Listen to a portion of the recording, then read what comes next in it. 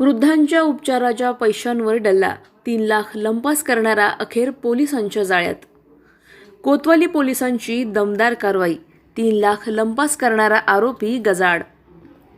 अहिल्यानगरमध्ये वृद्ध व्यक्तीच्या उपचारासाठी आणलेली तब्बल 3 लाख रुपयांची रोख रक्कम लंपास करून फरार झालेल्या आरोपीला कोतवाली पोलीस स्टेशनच्या पोलिसांनी सिनेस्टाईल कारवाई करत बेड्या ठोकल्या आहेत।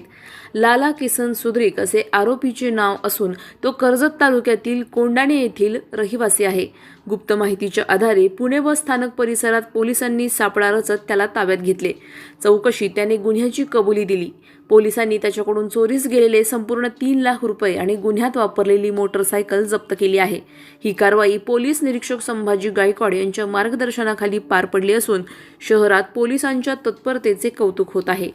प्रतिनिधी स्वामी गोसावी, न्यूज 24 घडामोडी, अहिल्यानगर।